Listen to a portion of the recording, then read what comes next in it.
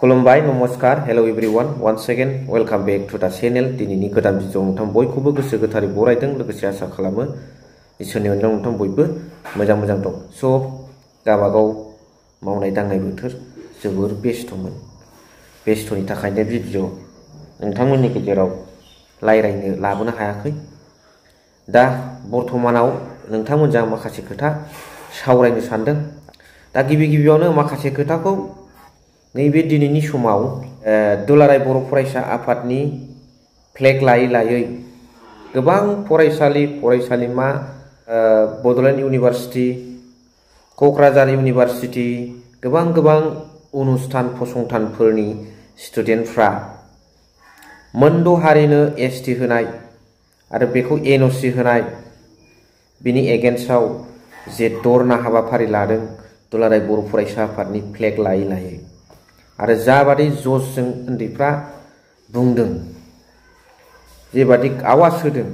Youth पावारखौ student पावारखौ देखायदों बेवहाय आंहा जेबो बुंनांगौ गैया स्टुडेन्टफोरखौ जेबो बुंनांगौ गैया बे इयुथ पावारा स्टुडेन्ट पावारा गोदोनिफ्रायनो मोनसे एग्जाम्पल होलाङो दा बुंनांगौआ नैबावसो जे दिनै दुलाराय बर' फरायसा आफादनि फ्लेग लादोंब्ला आरो बिथांमोना कन्स्टिटिउशननि लामाजों डेम'क्रेटिक वेजों नन भायलेन्सजों नङालै खिन्थु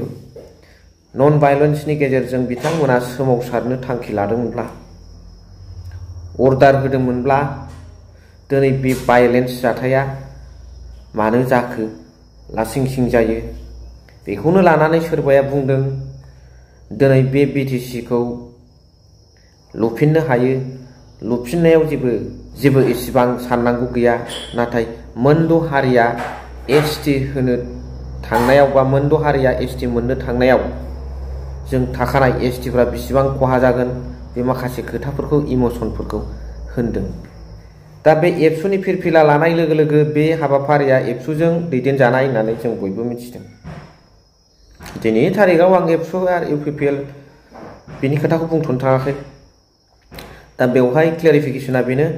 बेबादि स्टुडेन्ट पावारखौ दुलाराय बर' फरायसा आफादानो नै मैया दाख्लैनि समाव दैदेनदों दा बिसोर दैदेनोब्ला बिथांमोननि गाइडजों थाङोब्ला आरो बिथांमोननि फिरफिलाखौ बाहायनाया बिथांमोनजों दैदेनजानाय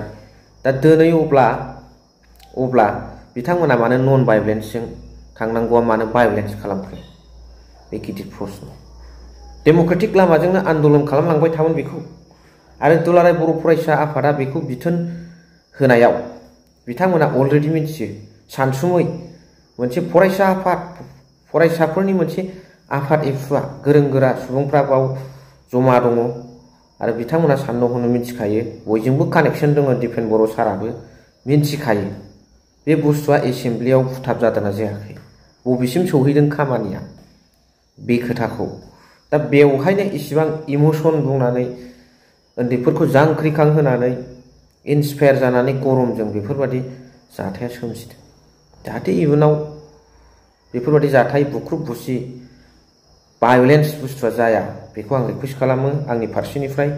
आन्दलन खालामनायाव जेबो बुंनांगौ गैया होबथानांगौ गैया स्टुडेन्ट पावारा बिदिनो देखायनांगौ बिराद मोजां इयुथ पावार स्टुडेन्ट पावार बिराद मोजां नाथाय बेखौ गाइड खालामनायाव दुलाराय बर' फरायसा आफादा जिबादि नन भायलेन्सजों लांनांगौमोन बेयाव टटेलि बिथांमोना फेल जादों आरो बेखौ रायजोआ आजावनो गोब्राब मोनदों नोंगौ खहा जानायाव बयहाबो लस दं नोंबो आंबो सोरबायाबो खहा जानायखौ लुबैया हाग्रामा महिलारि साराबो रावबो लुबैया दा बेवहाय जे सोरखौबा टारगेट खालामनानै बुख्रुब बुलायनांगौ सोरबाया सिगां एनअसि हरग्रोनानै दं सोरनिबा खुंनायावबो गोबां बर'फोरखौ हा सेनाय दावहा नांलायनाय हासिबजों बेफोरबादि जाबोदों सोरखौबा बुग्लिलायनाय मन्दिर मस्जिद गिर्जा बुख्रुबलायनाय बेफ्राव जोंनि स्टुडेन्ट पावारफ्रा बेफ्रावबो सिगां समफ्राव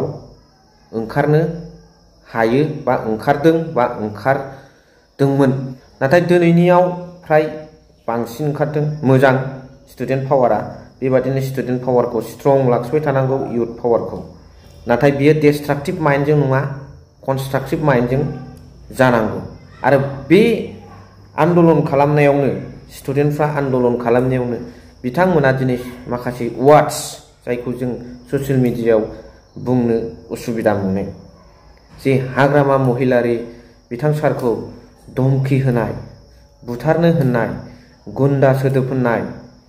बेफोरबादि आरजाथावै भाषाखौ प्रि प्लान ना ड्राफ्टिं खालामनानै लाबोखानानै बुंफैनाय प्रश्न फैयो बावहाय दा स्टुडेन्टफोरखौ बयखौबो जोंनो नांगौ स्टुडेन्टफ्रा स्टुडेन्ट गेजेरनि बयखौबो जोंनो नांगौ बयजोंबो मदद होनांगौ आरो जाहाथे बेबादि इयुनाव सोरखौबा धमकी होनाय सोरखौबा हुमखि होनाय बुथारगोन होननाय गुन्दा होननाय बेफोरबायदि खोथाया जाहाथे ओंखारा आरो स्टुडेन्टफ्रा बिदिनो हारिनि अलखद समाव बा माबा मोनसे जोंनि गेजेराव अलखद जायोब्ला धोरोम राजखान्थि बासियालासे ज' खैफोदनि समाव गसंबोनांगौ बेखौनो आङो बिथांमोनाव खावलायबाय लोगोसे जे भायलेन्सनि महर लादों बेफोर जाहाथे इयुनाव जाया डेम'क्रेटिक लामाजोंनो जाहाथे बबेबा गेटआव जा बबेबा टाउन गेजेराव जा बबेबा जायगायाव जा सोमावसारनाय जाहाथे बेफोरबादि आरो नैबेबादि धमकी होनाय बुथारगोन गुन्दा होननाय जाहाथे फरायसुला फरायसुलि बिथांमोना जाहाथे बे शब्दखौ दा बाहाय नांगौबा नों मा लाइनजों पलाइट लाइनजों नोंनि सोद्रोमथिजों नों मा सावथिं होयो बे नोंथांमोननि खोथा नाथाय नैबेफोर आनडेम'क्रेटिक जायो दा मा सानो नोंथांमोना कमेन्ट सेक्सनाव जरुर फोरमायहर थेंक इउ फर वाचिं लाभ इउ।